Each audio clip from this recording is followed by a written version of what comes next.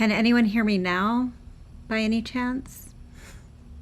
Apparently, in case you can, apparently I don't know why I'm having issues here. Something happened, of course, because why wouldn't it happen? Yeah. So I'm just trying to get squared away here, and I'm hoping that you actually can hear me. If you can't, can you hear me? Monique, was that a yes that you can hear me?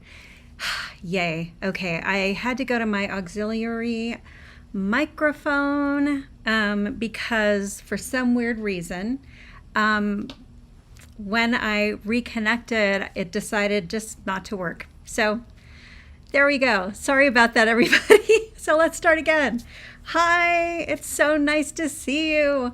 I'm Romi Hill, and I am the designer behind Designs by Romi, and then I also am a knitwear teacher, and I have been knitting for decades. It's kind of scary how long I've been knitting, so I try not to think about it because then I feel really, really old. So I also learned to crochet before I learned to knit, so that's even scarier. At any rate, lovely to see you here in the comments. It is always such a treat to see everybody. So, and I am really touched that you show up and ask questions and say hi and everything. So today, I'm going to go over some questions from people that I got. Some stuff dealing with Instagram, and then there's also another question that I got via email, and also I'm going to go over my new pattern. This is socks for Maryanne. Maryanne, lovely Maryanne, sent me some sock needles as a way, I believe, of enabling me to do more sock patterns. So I did. So of course, then I had to name them for her. And in this particular case, these, because I could not resist any longer, these do actually have some lace on them. They only have lace on the front, and they do have all of the same sizes that I've been putting out. So the size variations are in the ribbing on either side of the lace. So that's going to kind of snug your foot up more. And I really like the way that they fit. Also, there's a cool bind off. It's an Icelandic bind off on the top. So I'm going to talk about those. And then I have a question about resizing a shawl. And I also have a question about where you would use a pinhole cast on, and then also about weaving in ends into a baby blanket. So a knitter was working on a DK weight or 8-ply weight baby blanket, and it's feltable wool. So I'm going to talk a little bit about how I weave in my ends, and I'm going to try to calm down from the complete panic that losing my microphone gave me, but you know, that's the way it goes. So let's start with the easiest one first, the pinhole cast on. So I have a way to do a pinhole cast on that makes it much easier, and if you have done my patterns before, you may have used a pinhole cast on. I use them somewhat often. So let me just switch over here, and I will show you where I've used them before. So this one is coming up, and this is a new design for my special skein knit along coming up. So down here, I started this with a pinhole cast on. So it's really it's very adjustable. It's very fun to adjust. This has a T increase, by the way, but we'll talk about that later. So here is a pinhole cast on right here, and another place that I often use them. This one is my 2023 mystery shawl, and it has a start. So in the center triangle, it's it starts right at the base of the triangle here. So this is also a pinhole cast on right here. So I tend to use them. I don't tend to use them for starting things in the round, though I know that some people do, but I usually do use them for this type of modern hap construction. So let me show you what that looks like when I'm holding it up. So the pinhole is right down here, and then the center is knitted up, and the pinhole adjusts really nicely and can look really nice and lacy. So that's one of the reasons that I really like to use it. Let me just put this aside. Okay, so let me show you, I'll just show you what it was that had someone asking me about where it would be used. So this is just really quickly my pinhole cast on that I showed. So I use an anchor. This is just a slip knot anchor. This is not going to count as a cast on stitch. So I'm just going to cast on one stitch with my backwards loop method. And this is going to be my stitch. So I'm going to do all of my stitches into this one loop here, but it's going to be easier because I have this little anchor stitch here. So I often use 5 stitches, so let's just do the 5 stitches.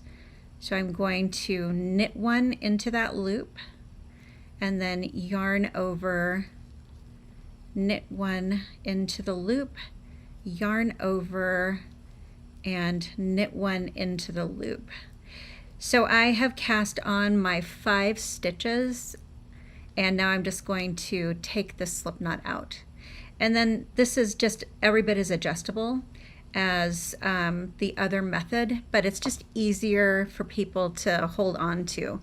I think that if you've had trouble in the past, this will probably help you. Okay, so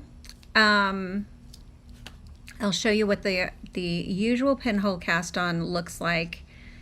This is what it usually looks like. This can be actually difficult, especially if you're an English knitter. I think it's much easier for a continental knitter.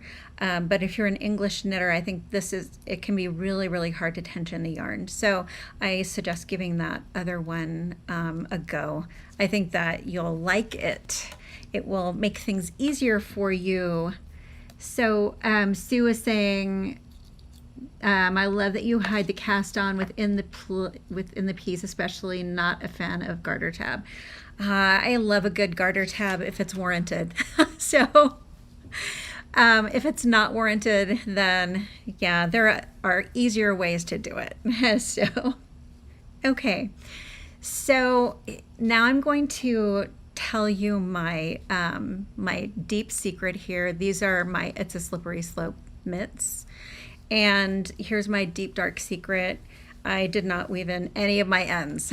so I mean, you know, out of sight, out of mind, right? But the good side is that now I can show you how I sew in my ends to secure them. So that's not bad. Okay, so let's take one of these. So this one is not a feltable wool. This is not a superwash wool. This is just a plain old everyday feltable wool. And there are quite a few ends in here. So I'm gonna show you what I do to keep the thickness down. So this does take an extra amount of time. And by the way, I managed to give myself a yarn cut, not a paper cut, but a yarn cut. Yes, I am talented. Okay, so the first thing I do is I'm going to split the plies. So it really depends how much you are determined to make these all disappear. I generally do 2 and 2. So I've actually even washed this and I still hadn't woven in the ends here. I know it's terrible. So now you know my deep dark secrets. So I am going to just split this, and I'm going to take 2 by 2, and this is just going to reduce the amount of bulk that I have. And I'm going to use a sharp needle here to sew them in. So this is not how one usually sees it done. Usually I see people going in and out and sort of using duplicate stitch. So I'm actually going to sew it through the yarn, and sometimes I do that. This is the existing stitch. Sometimes I do go in where the stitch is, but the way I'm going to get it to stick is to sew it through the center of the yarn and then back on itself, basically. So let's go back down here and back up. So this does take longer, but also it really secures the ends very, very well. So if you do have something like a baby blanket, or a pet blanket or something like that, where little hands or paws are going to be kind of picking at it, this is a really good way to do it. So because this is a feltable wool, I can use a felting needle to sort of secure the end in there. So these are dangerous, by the way. Like, don't stick them into your finger by accident because they really hurt. So what I'm gonna do is I'm just going to felt it just a little tiny bit. So it's not gonna be a lot of felting, just a little bit, so it sticks together and it makes it more difficult for it to come out. And I just usually do it against my fingernail, but you can get a felting, I guess you call it a mat, I don't know, I'll show you what it looks like in just a minute. So this is going to help hold things together. And now I'm just going to do that with the rest of my ends. So like I was saying, this can take a really long time depending on how many ends you have. So, but the good thing is, however, that it really does hold beautifully. And this is, let me transition this back to me. This is a needle felting mat. They call it a mat, but it's really like, looks like a giant brush or something. And if you have a lot of felting to do, you can put your piece on this and just use that as a background, and then you won't have the problem of like sticking yourself in the hand or finger. So okay, hey everybody, I am actually oh yeah, and Claire said there are leather thumb guards for felting too. Yes, there are. You don't necessarily have to use your fingernail or the felting mat. So yeah. Okay, let me put that aside. So that's what I do. That is for feltable wool. So if you are doing something that isn't feltable, then I suggest maybe using some fray check or something like that. If you don't want little fingers picking it apart and you're worried about some of those yarns coming out, some of your ends coming out. So you can just put like a tiny little dab on there, and fray check is something that you can find in a fabric store. So it's basically just to keep your fabric edges from unraveling, and that will also work on yarn too. Just don't use too much, like just a little bit, so you should be good. Okay, so And I'm just going to pretend that the reason that I don't like weave in all my ends is because you like to see them being woven in. So how else could I demonstrate? So anyway, these were my slippery slope mitts here, and then my color of serotonin. And they are actually two other patterns from my ebook, The Happy Hands and Feet, of which this is the latest pattern. So you're probably going to hear random noises because I usually use like a super directional earpiece microphone, but obviously that was not working. So you're going to hear random noises that you don't usually hear. So sorry about that. You'll probably hear the dog and my husband walking back and forth, and you know, all those kinds of things. So hopefully that's all you hear. Okay, so another question I had was how to resize the Tannis shawl. So this is the Tannis shawl. So it was, first it came out in a book. I think it was three skeins or less, fresh projects or something like that. And I also have it out as a single pattern. So I'm going to talk about it from the single pattern today. My book is somewhere, but I'm not sure exactly where it is. So I'm just going to talk about the pattern. So let me switch this over. Okay, so I had a question about how to make the Tannis shawl larger. So this pattern is a little bit of a different type of spine. I always like to make something interesting. If I'm going to do a spine, I like to make an interesting spine, or I like to totally hide it. So this one was a more interesting spine. So the thing about this shawl is the spine, the shaping is triangular, so it's a shallow triangle right to this spot right down here. So once we hit this, there are stitches increased all the way around the working stitches here, and then it goes into this border. So there are two different types of shaping on this shawl.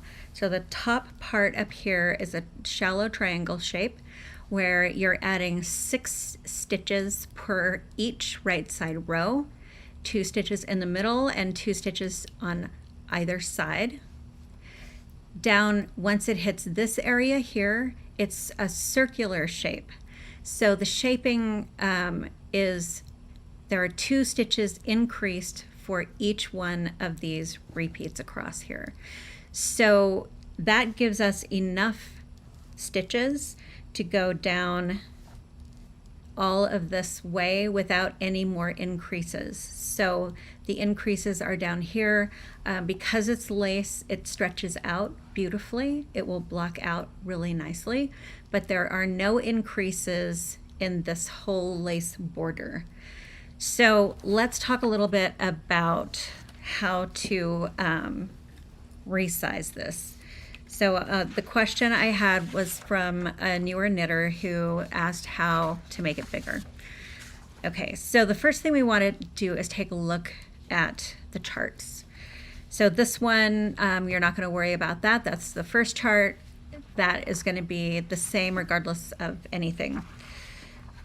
Chart B is that whole top triangle area, and you can see in here that you have 2 stitches increased on each right side here on either side, and you can tell from the middle here that there is 1 stitch on either side of the spine going up.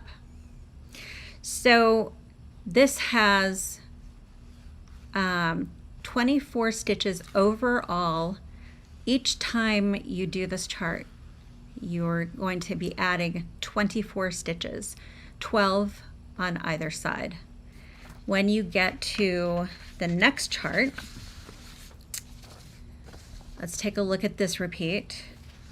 So I'm going to look at how many stitches wide. So this is 5, 10, 14, this is 16 stitches wide. However, let's take a look at the bottom here.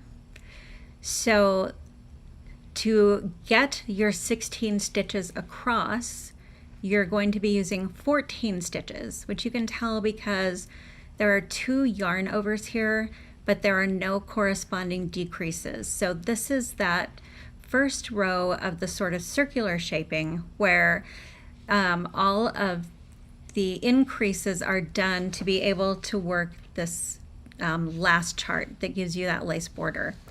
So if you're not sure about this, you can take a look at the chart and you're going to count how many stitches are used to get to this result. So there's 5 knits. A yarn over does not use a stitch, an existing stitch. So there's the 6th knit. The yarn over does not use an existing stitch.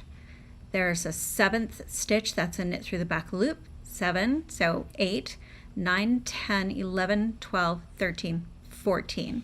Okay, so 14 stitches are needed for this repeat here. However, when you go back to chart B, you will notice 12 stitches are added on both sides. So how would you deal with that? Basically, you're wanting to come up with an extra 14 stitches. So you're going to be too short if you repeat chart B. You'll have 2 stitches on either side, too few, if you want to do an extra repeat of chart B. So you can actually deal with that really easily by adding an extra 2 stitches across here if you want to do it one more time. So every time you do this chart, like I was saying, you're adding 24 stitches, 12 on either side. So there are a couple of ways that you can deal with that. So you can do however many repeats of chart B as shown that you want to do, and then at the very end add the extra stitches that you need to make this work out up here. Or you can add, when you start doing the charts, you can add a couple of extra stitches on either side. So that's going to make it look a little bit different. It's not going to be that big a deal if you're not using the chart, but if you are using the chart, you'll have 2 extra stitches here. But probably that's going to even out things best for you. So in that case, if you're using this chart and you have done your 9 chart Bs, and if you want to do it one more time, you would add 2 extra stitches on either side, and that will give you the correct repeats up here. So then you would have a 9-time repeat in this area. If you wanted to do it 2 more times, say, you could either at the very last, you could either add 4 stitches on either side, or you could add 2 stitches per chart. So totally up to you, as long as you are accounting for the fact that in chart B you are adding 12 stitches per side, but you need 14 stitches in the next chart. So whatever you need to do, it's going to depend on how many times through you want to do chart B. My suggestion would be just to add a couple of extra stitches, maybe make 1-2 times at the edge on the very last row on each side here. And then it doesn't matter how many times you do. You're just going to do the 9 times, and then on the 10th time you'll start adding those extra stitches. You can add them anywhere in here. So if you want to say you want them more spread out, you can add 1 stitch on row 3 and 1 stitch on row 7, for instance, and that is completely fine too. So you just need to add those 2 extra stitches so that you're keeping that 14 stitch repeat there. So, and for anybody who may not know about it, I have a Ravelry group, and there are people there who love helping out and like totally live for it. It's a really great community, and I suggest if you are a kind of a newer lace knitter, that is a great place to hang out, because people will hang out with you and you can ask questions. And also, if you are a newer lace knitter and you're doing this, it's going to be a little weird at first. So lace knitting is a little bit of a different mindset from non-lace knitting because of the holes in here. It is super easy to forget a yarn over or add an extra one in.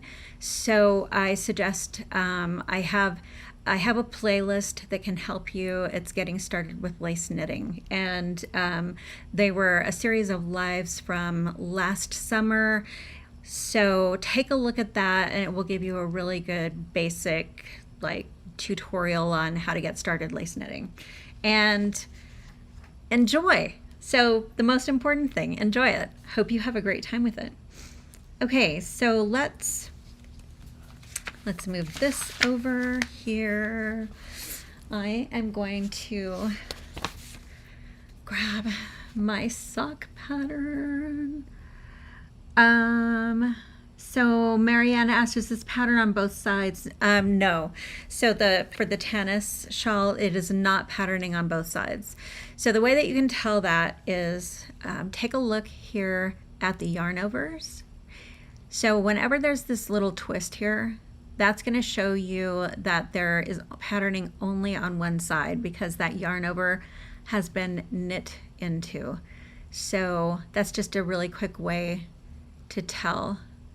So this looks like it might be yarn overs, but it's not. It's just the way that the patterning works, and when you block it out and stretch it, it adds this nice little extra patterning in there for you. But you're not doing anything here except for having two decreased lines right there, and blocking does the rest for you. Okie dokie. Alrighty, moving on.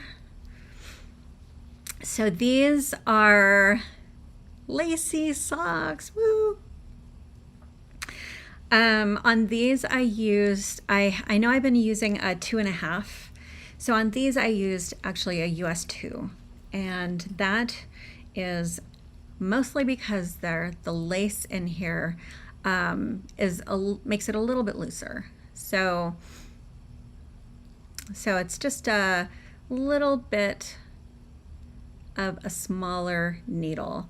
As you can see over here on the side, that there is some ribbing there, and that is to kind of help fit it to your foot. So this is going to sort of snug things in a little bit on the sides, and then on the bottom it is just plain stockinette. So nobody wants to walk on lace, definitely not me. So lace just on top, and it has a reinforced heel here, and then on the back you can see that it starts. There is some lace patterning here, but it does still have this little panel on the side that has the ribbing. So that is going to keep it from just kind of falling down your ankle. And then we have the Icelandic bind off up at the top here. So they are, Maryanne was saying, breathable. Yes, that is my that's my little like thing about summer. I need, my feet get hot, so my little inspiration, my sock inspiration. So these are socks for Maryanne, by the way. So socks for Maryanne. So and it's in thanks to Maryanne, who spoiled me with some extra sock needles. So thank you. Okay, so let's take a look through here. And I hope that you like them a lot, Maryanne, since they are like named after you. Okay, so let's take a look here. Okay, so on these, I have a diagram of, thank you, Maryanne. That was really sweet, and it was a sweet surprise. So on here, I have a diagram of how these are put together because I thought that it could be a little bit confusing the way that the instructions needed to be worded to be able to have different sizes on these. So in here, they're toe up, they have the cast on, and so after the toe is knit, so you can see here's the toe right here. Then you're going to start with the patterning. So these are the stitches. I use half of my stitches are going to be on one needle and then half on another needle.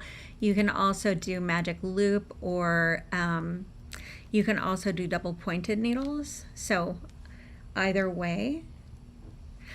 And just as long as you keep the one half, the top half and the bottom half separated. That's the important part. Okay, so hi Linda. Welcome from Australia. Yay. And I saw Devorah too when I was having problems with my microphone. It was really nice to see you there. So here is basically the start of round.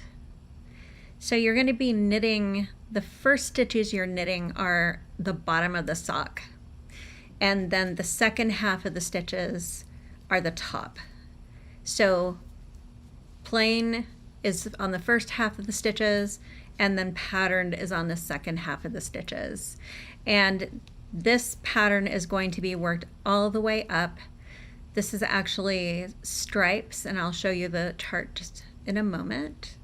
So this is going to be worked all the way up. So here where you sort of take a break to do the heel, this is going to look different for every size. For every person who does it, it's going to be a little bit different because we all have different sized feet. So I wrote this so that you could adjust it to your size of foot, so your width and your length, and still be able to get the full patterning effect on here. So that's going to continue, and once the gusset stitches start, you're going to be adding stitches on the bottom needle, which is going to be the first half of stitches that you're working, and then this top part that is is going to stay the same all the way. So you're doing these things at the same time. You're going to continue this pattern while you're adding these gusset stitches. Okay. So let's take a look here at the chart. So I have on my chart here, some sizes require this extra knit stitch on either side here just to work out with the numbers. So up here, do not work this column in red on either side for sizes extra, extra small, small, large, or extra, extra large. This is also written into the alternate written instructions down here, and it will show you for the size that you're working whether you need to knit the stitch. So that's just to be able to keep it doable for all the different sizes. So this is the stripe repeat here, right in this area, and it's a little bit different. So each stripe is going to end with a patterned row, and then the next row after that stripe is changing the color. So I used 5 colors. This is my color 1, the toe and heel are 1 color, and then there are 4 different stripe colors in here. So I did that because I didn't want my heel to be like, I figured given the way things happen, I wouldn't be able to get a contrasting heel if I used this in the stripe mix, so I just separated it out. But you can do these with more colors or fewer colors, and there is also somebody who's doing it in 1 color, so it's really versatile. So this is the color change here is so that you have a knit row across here before you start doing any garter stitch, and that is so that you don't get that little contrasting color purl bump across here.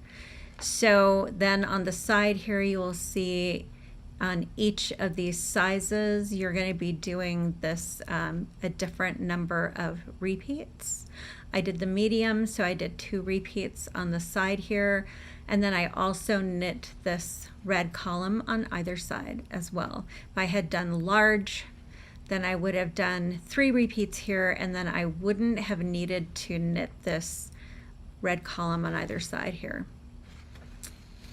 Okay, so let me see. Okay.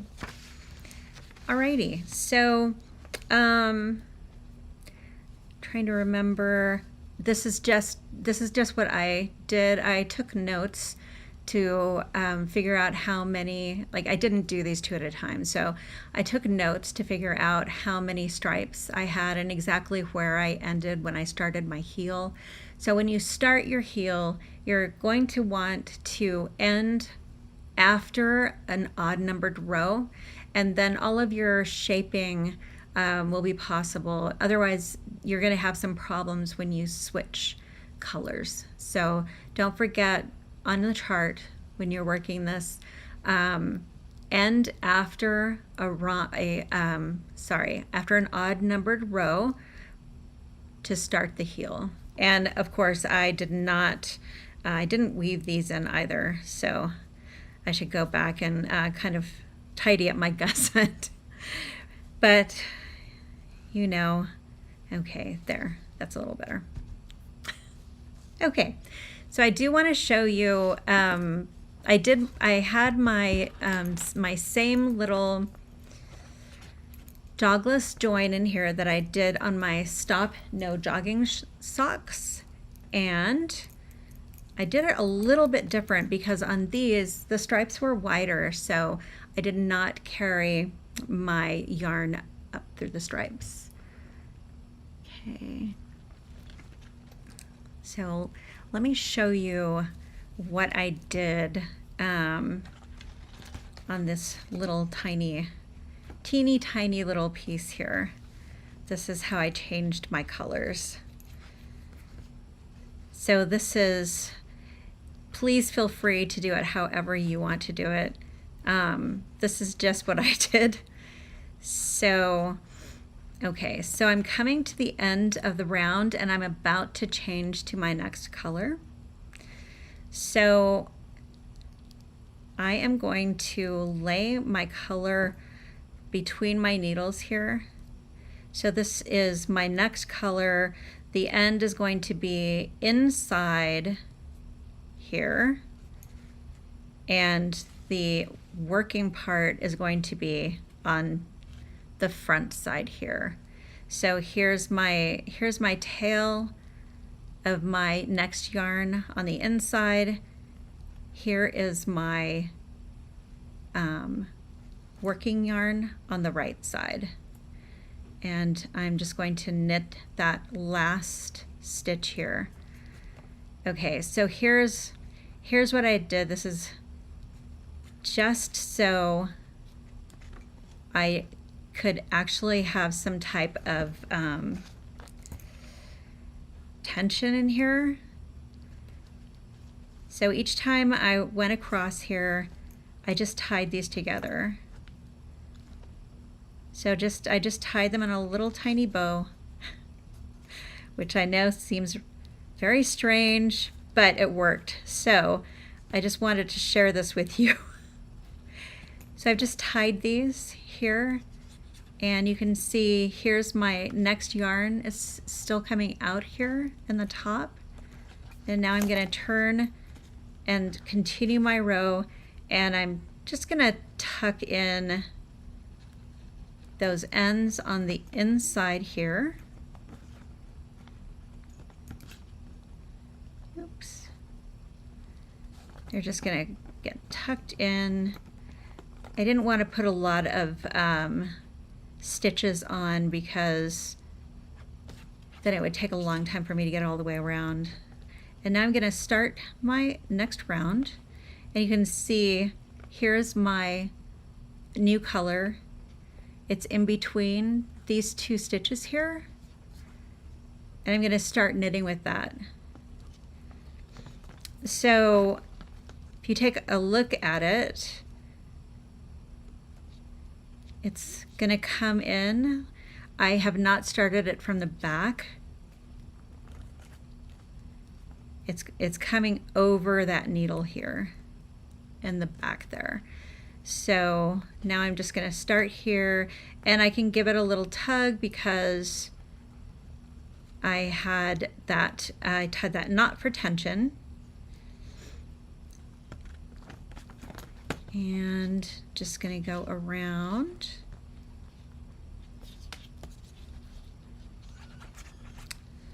So over here. So for those of you who don't know, we have had a leak in the house, and we have to have all the tile on the bottom floor redone because we have an open floor plan. So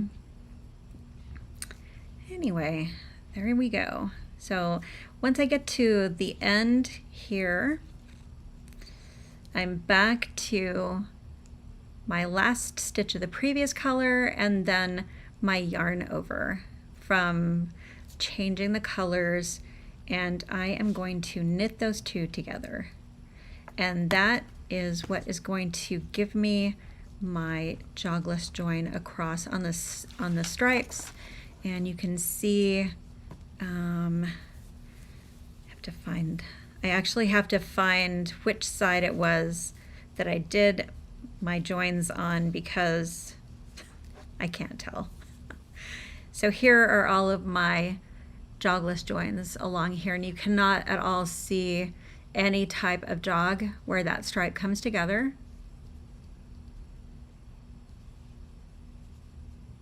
And what I just showed you, that's how I did all of these. And I actually cut every one of them. That's how I gave myself the yarn cut, by the way, because I was pulling them. Okay. But yeah.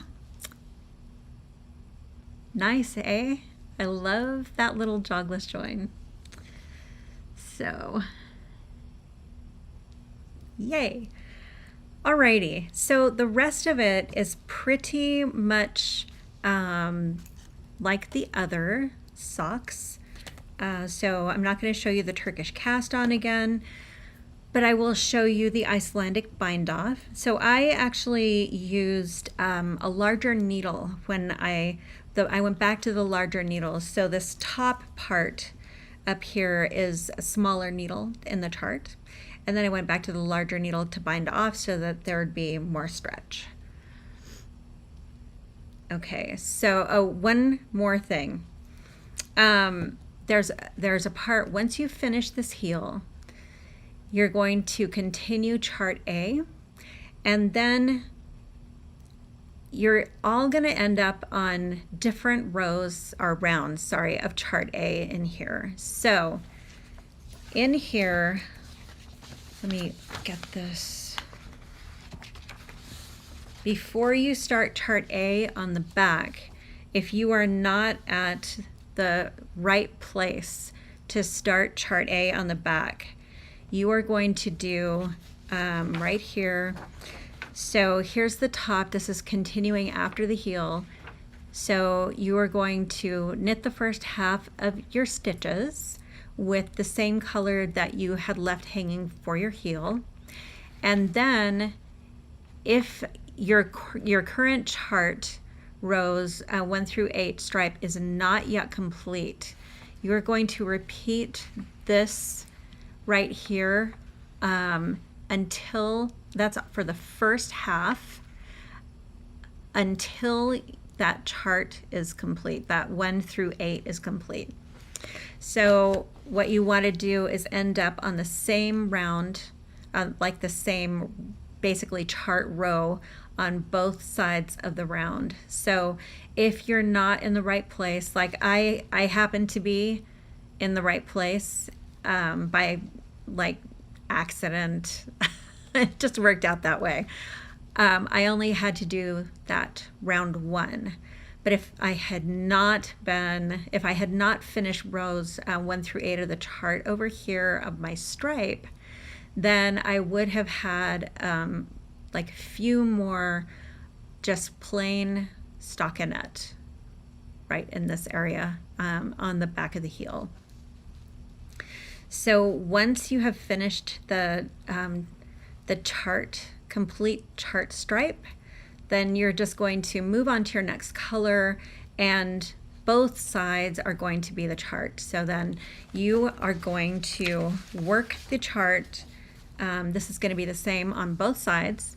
So you're going to do that twice.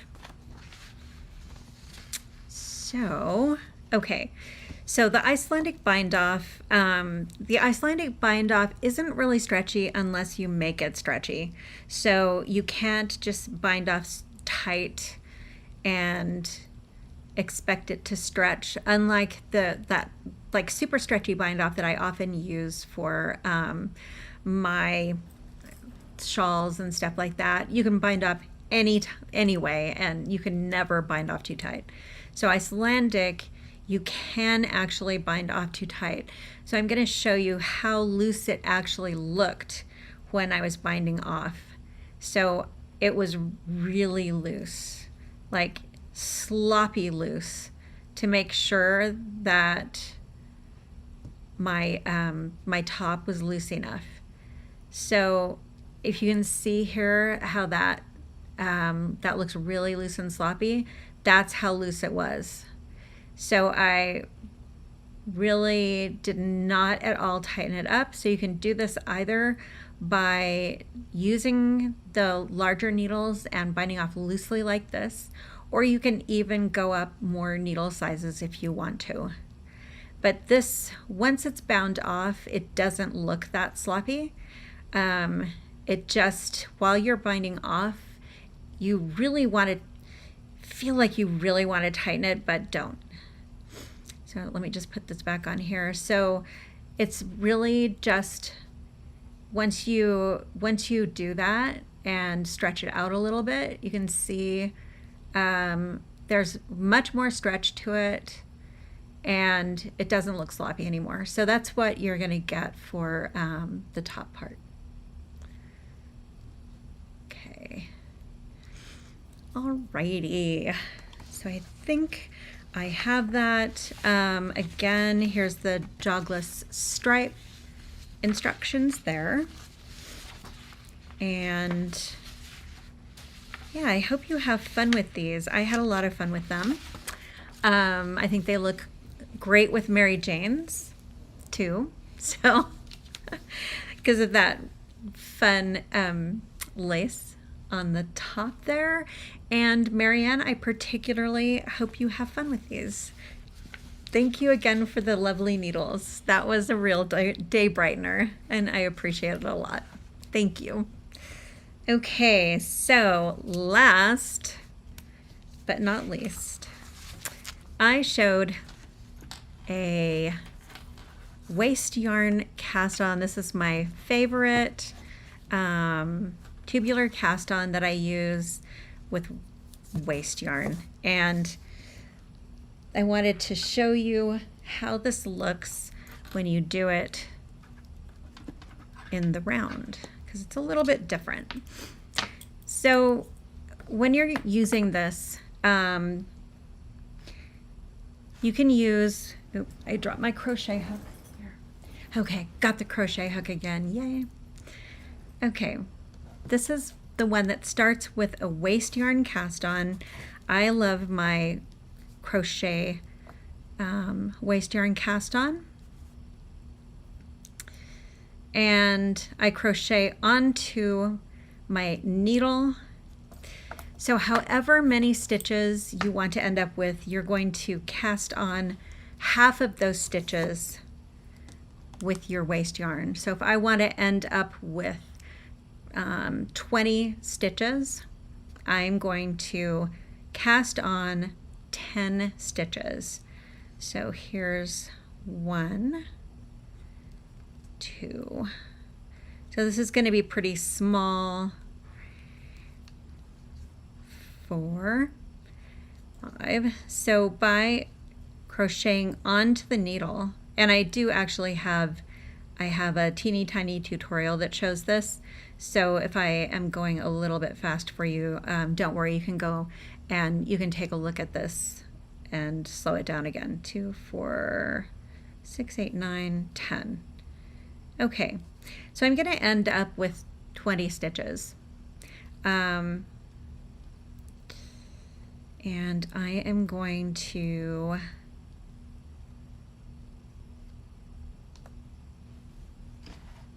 cut this off here. So this is the end that I want to unzip from right here. So I like to mark this. I am going to stick a pin through, and that's going to tell me that I'm going to unzip from this end when I'm finished with my provisional cast on.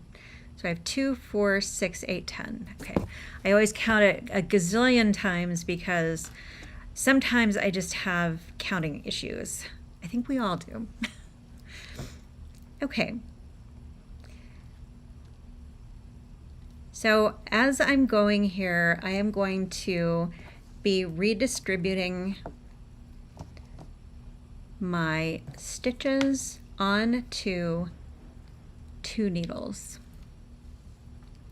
So this is going to be a tubular cast on, and tubular, what makes it tubular is basically 2 rounds of double knitting. It's basically double knitting.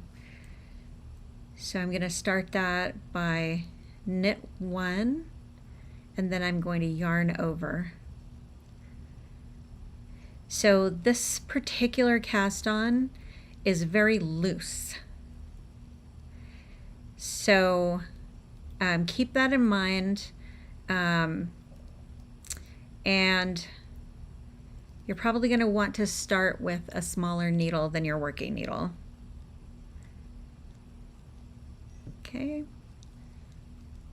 so here is my half. 1, 2, 3, 4, 5. Okay, so now I have 10 stitches over here on this side because I have knit 1 into my waste yarn cast on and then yarn over. So now I'm going to continue putting my other needle in there.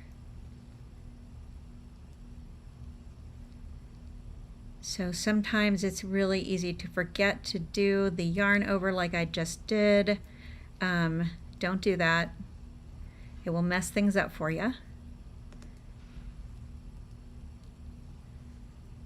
Okay.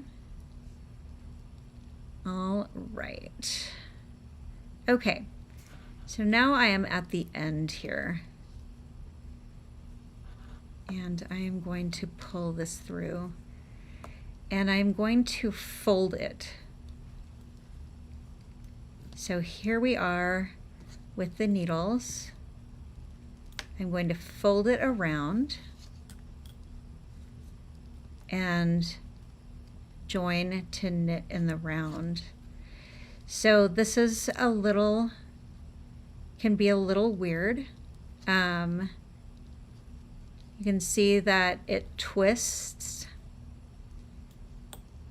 So you can, I don't know if you can see how that's twisted there. Okay. So now I am at the beginning of the row here. Over on this side, I want to make sure that I still had my yarn over, because it looks like I lost it.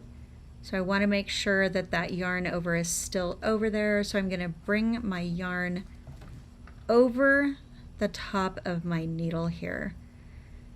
Kind of like what I did before when I was showing you that other little method. Okay, so this is where it can get a little weird. I'm gonna bring this around the back here because this first stitch now needs to be slipped.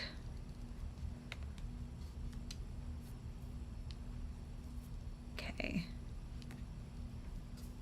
So because this was knit before, this time I'm going to slip this first stitch. So I'm going to slip it with my yarn and back, and then I'm going to bring the yarn forward and purl. And then it's going to go to the back, and I'm going to slip it. So whatever stitch I knitted before is now going to be slipped. Slip, and then purl, and then to the back, slip with yarn and back, bring the yarn forward, purl, slip with yarn and back, bring the yarn forward, and purl. So that is my first round, first half of the round. Okay. So one of the cool things about joining this in the round here is you can always kind of tell when it's twisted because you have this waist yarn at the bottom. Okay, so now I'm going to slip this with yarn and back, bring my yarn forward and purl, yarn to the back, slip, yarn forward, purl, yarn to the back, slip, yarn forward, purl, and gonna get to the end. Oops. So here is my last yarn over. That looks a little weird, but I am going to purl it. And now I am going to do one more round. I'm just going to knit my first stitch and then yarn forward, slip my next stitch purlwise. So what I'm doing is I'm alternating these, and it mimics, these slip stitches are mimicking what ribbing looks like. So you're going to be slipping any purls with your yarn in front. And if you are on a round that is slipping knit stitches, you are going to be slipping with your yarn in back.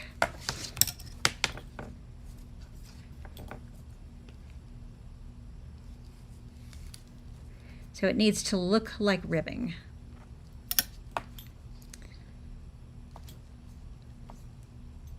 So again, this tends to be loose. So when you're using this, if you're going to use, say, like a size 4 or something like that for ribbing, you would want to use maybe a size, even down to a size 2 or something to do this. Just this part of it. Once the slip stitches are all done, then you can start on the regular ribbing. And I'm just going to do one round of the regular ribbing here.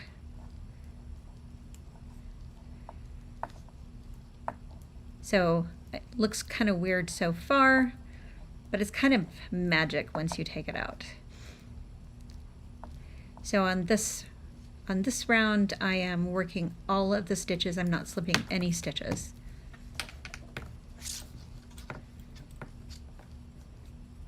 So there are other ways to do a tubular cast on.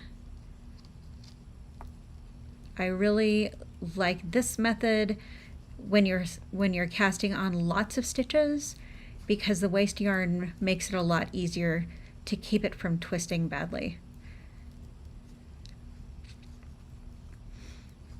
Okie dokie. I'm just gonna take this out in a minute and you'll be able to see what it looks like.